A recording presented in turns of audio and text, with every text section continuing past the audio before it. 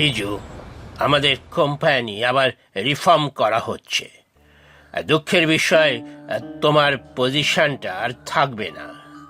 Company থেকে তোমাকে 3 মাসের স্যালারি দিয়ে দেওয়া হবে। কিন্তু স্যার, সরি রিজু, সবই তো বোঝো। এখন যে অবস্থা চলছে তাতে সব ঠিক চলছিল, হঠাৎ আমার জীবনটা কেমন থেমে গেল।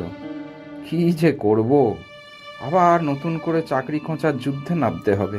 কিরে রিজু, আজ সন্ধ্যের মধ্যেই চলে এলি যে? আরে, শরীর টরীর ঠিক আছে তোরে বাবা? না না, ঠিক আছে। অফিসে একটু প্রবলেম হয়েছে, কাল থেকে আর অফিস যেতে হবে না। সে কি রে, কেন হঠাৎ?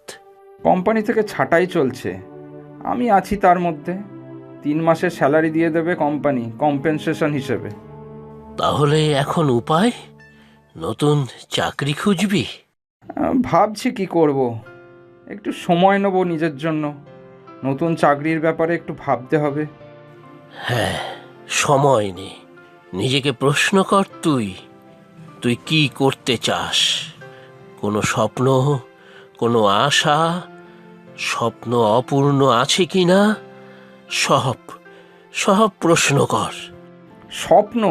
আবার তোমার লাইব্রেরি টাইপ স্বপ্ন নিয়ে থাকলে আমার চলবে না বাবা। সংসারটা তো চালাতে হবে।